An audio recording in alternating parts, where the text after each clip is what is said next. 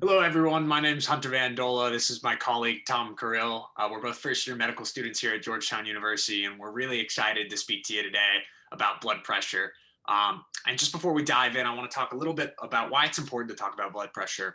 So, blood pressure, specifically high blood pressure, which is clinically referred to as hypertension, increases your risk of a lot of different diseases. Some examples are stroke, heart attack, and kidney disease. And what is so important to think about when you talk about high blood pressure is through a combination of diet, exercise, sleep, some other lifestyle changes, as well as oftentimes with medications, all in tandem, working with your physician can help to lower your blood pressure and lower your risk of those diseases I mentioned. So that's why we're really thrilled to talk to you today about high blood pressure. And with that, I'm going to turn it over to Tom, who's going to talk a little bit more about this. So blood pressure is measured using two numbers, as you can see them listed on this blood pressure monitor screen. The first number, commonly known as the top number, is called the systolic blood pressure, and the bottom number is called the diastolic pressure. So the systolic pressure on top is the pressure in your blood vessels when your heart is fully exerted, when it's fully at work. The bottom number, the diastolic blood pressure, is the pressure in your blood vessels when your heart is at rest. And so as you can see here, the number is 120 over 80. This is the typical, what's considered the normal or healthy blood pressure for a person to have.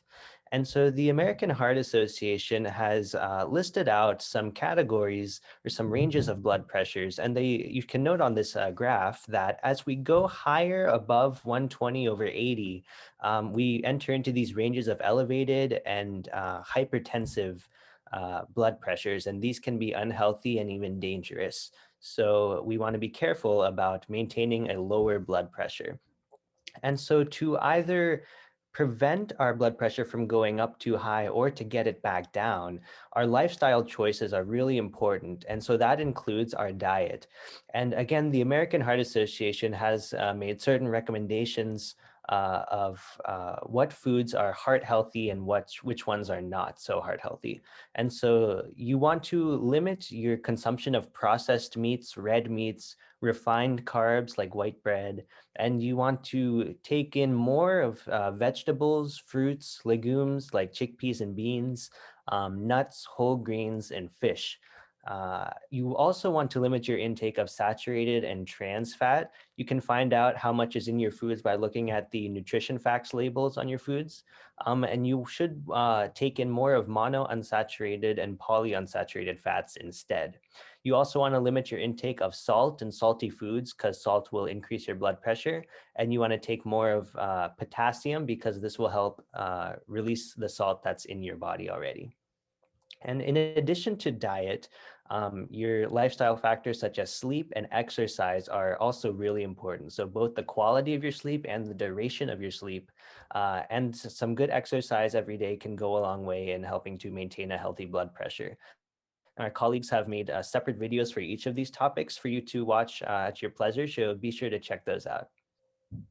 With that, we're going to show a brief demonstration video of how to monitor your blood pressure at home using an automatic cuff. I hope you find this video helpful. Hello, everyone. Today I'm going to be demonstrating how to take blood pressure measurements at home with an automatic blood pressure cuff. Now, before we begin, I just want to discuss that prior to taking your blood pressure, you should try and find around 5 minutes of time to rest and relax ahead of taking the measurement. And now I know that can be very hard to do in our busy lives, but this is really important to achieving an accurate measurement. And it can actually be really fulfilling to take 5 minutes regularly or so each day to sit and relax. Maybe you sit there and you think about something that you're really thankful for. Now, additionally, before you take a measurement, you're going to want to empty your bladder, avoid exercise, caffeine, or smoking at least 30 minutes to taking a measurement.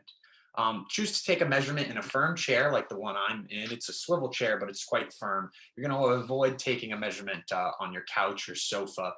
And then have a table that you can rest your arm on during the measurement. That's about so that the bicep of your arm, kind of the upper arm, is at the same level as your heart. That's going to be important for ensuring an accurate measurement as well. Additionally, you're going to want to take the measurement of your blood pressure around the same time each day. Not exactly immediately when you wake up. If you're thinking about doing it in the morning, maybe take an hour or so and take it after then. But try and take the measurement around the same time each day, and be sure you try and take 5 minutes for yourself ahead of time too. Now, to take a measurement, you're going to want to take the blood pressure cuff, place it on your arm. In my case, I place it on the left arm. Now, you're going to want to be sure that the blood pressure cuff is touching bare skin. So you're going to want to wear a t-shirt or maybe even a sleeveless shirt. So I'll roll my sleeve up now so that my blood pressure cuff is touching the bare skin of my arm. So different cuffs have different methods of placement, and I would recommend bringing your cuff to your physician's office to check in with them and ensure that you're taking the measurement correctly. Additionally, you can sometimes find YouTube videos specific to your cuff that will show you how to do it, as well as every cuff will come with an instruction manual that will supply written instructions specific to your own cuff. Now, when you're taking a measurement, you're going to want to ensure that the cuff is relatively high up on your arm, but not too high. You're going to want to have only about a ½ inch between the very lowest part of the cuff and the crease of your elbow, where the elbow bends, okay? And you don't want the cuff to be too tight, but you also don't want it to be too loose. Now, my cuff has a specific dot and tube that shows me where exactly on the arm I need to place it. Different cuffs will have different placement values and necessary means to use them correctly. So again, you're going to want to see if you can find an instruction manual, a YouTube video that might help you. Additionally, the best method is to take the cuff in next time you go and you see your doctor, and they'll help you ensure that you're using the cuff correctly and getting an accurate measurement. Okay, so I'm going to go ahead and take a measurement. So I'm going to just reposition myself. Now, normally I'd recommend, as I said, taking 5 minutes, relaxing. Don't have a conversation with someone while you're speaking. You just want to take some time for yourself and really, you're doing something great that's taking care of your own personal health. So take that time for yourself, and you don't want to be speaking during the measurement, as that can sometimes give an elevated value. In my case, my machine wants the tube to be running along the full arm. So now that I'm ready to take a measurement, I'll begin. And I'm not sure if you can hear that in the video, but right now the tube is compressing. The cuff is compressing my arm. And so the machine's done taking a measurement. Now, normally I recommend taking a second measurement. As you take blood pressure more and more frequently daily, you'll know what's normal for you. But it's always a good idea to take a second measurement, maybe wait a few minutes and do one more if you can. And then the best thing to do once you're done taking measurement is immediately go ahead and record the values in a chart. So in my case, I have a systolic pressure of 149, a diastolic pressure of 83, and then a pulse rate, that's the heart rate, of 91. And so I'm going to go ahead and show you all what I normally use to record my blood pressures, which is in an Excel document. Some people prefer to write. Whatever works for you is the best method for you. So today's date is Friday, January 15th, 2021. It's 1:24 p.m. and my values were 149, 81, and 91. And then a great thing to have would be a little note section that you can record maybe what was going on during that measurement. Maybe you've had a really stressful week and you want to just say, oh, this was a really stressful week. You can record that in your notes. Or maybe a friend called that day and gave you some really wonderful news and they were really excited and you got excited yourself. In this case, I was talking during my measurement and I'm really excited to share this information with y'all. So I'm going to go ahead and record excited recording video about blood pressure. Okay, so now that I have that measurement and I can keep that for my physician and for my own personal records. All right, so thank you for watching that video. I hope that's helpful. I also have 2 other examples that I'll provide at the end of this video, one with a manual cuff and another with another variant of the automatic cuff. As far as getting a cuff is concerned, your physician might be able to prescribe a monitor for use at home, which may be covered by Medicare or other commercial insurances through a normal copay. They can be bought at Target, Walmart, Amazon, typically around for $30. However, I would recommend consulting with your physician or your healthcare provider about how to monitor your blood pressure at home and acquiring a monitor, as they might be able to help you avoid that personal out-of-pocket cost. Now, I just want to go over a little bit more about the example chart. I know I talked about this in the example video. The things to write down are the date you took it, the time in which you took it, the systolic blood pressure, which is the top number, the diastolic blood pressure, which is the lower number, and then the heart rate, which might be called the pulse rate on some monitors, and that'll be in beats per minute, abbreviated as BPM.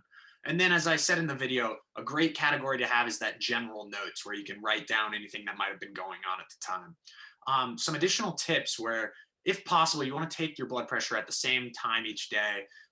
Perhaps if you do a daily activity every day, do your blood pressure right before that. So if you find yourself taking medications, or perhaps journaling, or writing in a diary, getting the mail, or reading the paper in the morning, all of these are excellent things to think about. You're doing them at the same time each day. Try and take your blood pressure right before those. You can set reminders on your phone. And then one last thing is, if you're going to write your blood pressure down on a physical piece of paper, it's a great idea to keep that piece of paper and a pencil with the monitor itself so that you don't forget. And then a brief note about medications before we wrap up. I would say now more than ever, it's important to stay on the medications prescribed to you. And if you're having difficulties, whether that be with obtaining your medications or side effects, any other concerns, be sure to reach out to your physician or your healthcare provider. Currently, during the COVID-19 pandemic, you're able to get a 90-day supply of medications if you're covered by Medicare, Medicaid, and most other commercial insurances. So that can really help increase the convenience of refills and make it so you don't have to go to the pharmacy as much. Additionally, on that subject, a lot of pharmacies are offering mail-in prescriptions these days. So you can speak with your pharmacist about how to set up home delivery if that's something that's interesting to you. To wrap up, I just want to say thank you so much for listening. I really hope this was helpful. We have here some additional resources. We have 2 links from the American Heart Association. The first is about a little bit more about understanding your blood pressure readings. And the second one is some tips and tricks on monitoring your blood pressure at home. The third and fourth links here are those example demonstrations I mentioned for monitoring your blood pressure. So there's another automatic cuff and another manual cuff. And if these aren't particularly helpful, I would say take a look at the specific directions to your cuff, and then try and search on YouTube or Google or through other sources on the internet to maybe find an example video specific to yours. And the best thing that you can always do is bring your cuff into your physician's office and check with them to make sure you're using the cuff right. Lastly, we have 2 diets that can help reduce your blood pressure if it's already high, and help maintain a low blood pressure. The first one is called the Dietary Approaches to Stop Hypertension, often called the DASH diet. And the second one is the Mediterranean diet. Both of those have been shown to help with your blood pressure. And so, in conclusion, I just want to say thank you so much for watching, and be well.